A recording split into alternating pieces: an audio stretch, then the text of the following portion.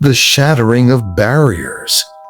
They say that when three domains collide, the world itself begins to crack. In the heart of Sendai, the air has turned into a pressurized vacuum of cursed energy. Yuta Okkotsu, Takako Uro, and Ryu Ishigori have all unleashed their ultimate techniques simultaneously, creating a triple-threat domain expansion that defies the laws of sorcery. But the king of insects, Kurourushi, has returned from the dead, throwing a chaotic wrench into an already unstable equation. The barriers are breaking, the 5-minute timer on Rika is ticking, and the city of Sendai is about to be leveled by the highest energy output in history. This isn't just a fight for points anymore, it's a struggle for the right to exist in a new era. Welcome to Episode 6. When the domains shatter, only the strongest will remain standing in the debris. Scene 1. The collapse of the triple domain. The episode opens with a sensory overload. The screen is split into 3 distinct artistic styles representing the 3 overlapping domains. However, the presence of the reborn Kurourushi, an uninvited fourth party, creates a density that the barriers cannot handle. With a sound like 1,000 windows breaking at once, the domains shatter into 1,000,000 shimmering shards of cursed energy. The feedback from a collapsed domain is physically taxing. Uro and Ryu are momentarily stunned, their cursed techniques burnt out. But Yuta is different. Because he is connected to Rika, he has a secondary source of energy. As the dust settles, Kurourushi lunges at Uro, sensing her weakness. In a brutal display of biological horror, the cockroach curse uses its festering life sword to overwhelm the sky manipulator. Uro, unable to use her thin icebreaker, is nearly consumed before Yuta intervenes, slicing through the curse with a cold, surgical precision. Scene 2. The replica of the sky. With Kurourushi finally and permanently exorcised by Yuta's reverse curse technique, the fight returns to the 3 kings. Uro is severely injured, but she isn't out. She screams at Yuta, accusing him of being a blessed child of the Fujiwara bloodline, the same people who betrayed her centuries ago. Yuta doesn't argue. He simply points his hand at her. Suddenly, the sky around Uro begins to warp and fold, exactly like her own technique. Thin icebreaker, Yuta says calmly. He has copied her innate technique during their clash. The irony is staggering. Uro is defeated by the very power she spent a lifetime perfecting. She is blasted out of the sky and crashes into the ruins below, unconscious and out of the fight. Now, only 2 remain. The boy with the infinite energy and the man with the ultimate cannon. Scene 3. The Desert of Destruction. Ryu Ishigori is ecstatic. He doesn't care about the Culling game's ritual or Kenjaku's plans.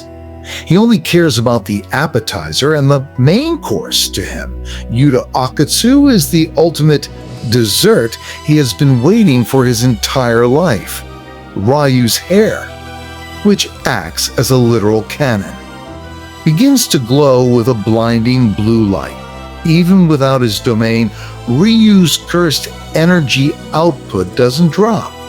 He fires a granite blast that is wider and faster than anything seen before. Yuta and Rika work in perfect tandem, Rika acting as a shield while Yuta closes the distance. The animation here is breathtaking, showing the sheer scale of Ryu's destructive power as he turns skyscrapers into molten slag. Yuta realizes he has less than 2 minutes left of his full manifestation. He has to end this now. Scene 4. Rika's full might. Yuta gives Rika a final command: keep him busy. Rika enters a state of berserk rage, her massive arms smashing through Ryu's energy beams.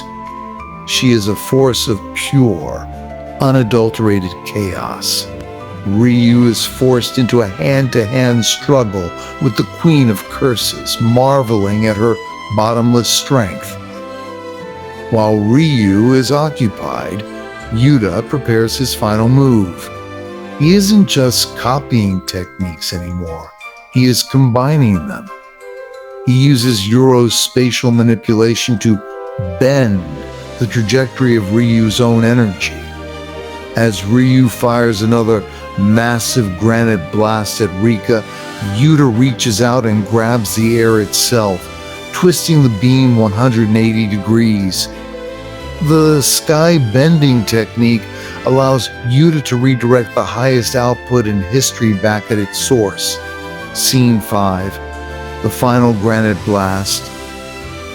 Ryu sees his own attack coming back at him, but he doesn't dodge.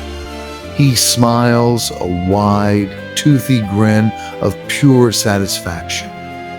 He meets his own energy head-on, trying to overpower it with his bare hands.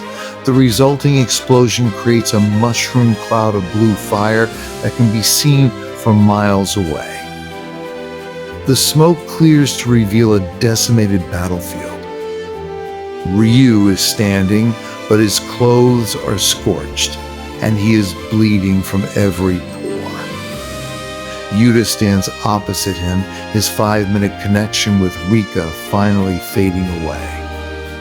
Rika shrinks back into a small, hovering spirit. Both fighters are at zero energy. They have given everything. Ryu looks at Yuta and laughs. That was a delicious meal, he says, before collapsing onto his back. He isn't dead, but he is completely defeated. Yuta, showing his characteristic kindness, doesn't kill him. He takes Ryu's points through the new transfer rule, leaving him alive as a thank you for the battle. Scene 6. The Shadow of the Gambler. The episode ends with Yuta Okkotsu sitting among the ruins of Sendai, having secured nearly 200 points. He has saved the civilians, ended the deadlock, and gained 2 powerful allies in Uro and Ryu. He looks up at the sky, wondering how Yuji and Megumi are doing in Tokyo. But the scene shifts away from Sendai. We move to a different colony. Tokyo Colony No. 2. We see a man with messy hair and a restless energy standing in front of a massive pachinko machine-themed barrier.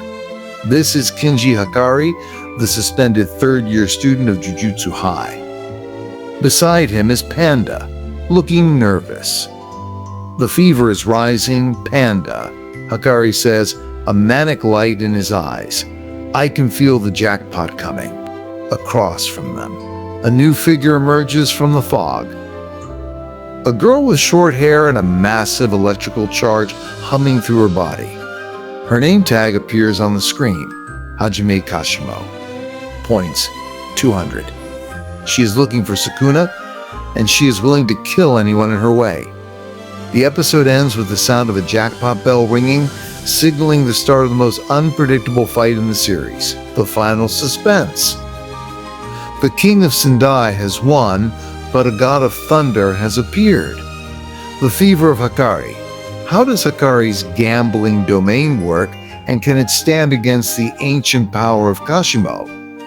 Kashimo's target. Now that she has 200 points, will Kashimo use a rule to find Sukuna, or will she destroy Hakari first? Panda's role. What secret is Panda hiding in his sister core that might be needed for this fight? If you are hyped to see Hakari in action, smash that like button and subscribe. We are entering the most high-stakes gamble of the Culling game.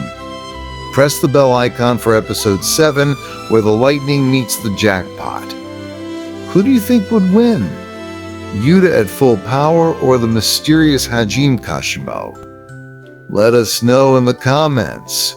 End of episode 6.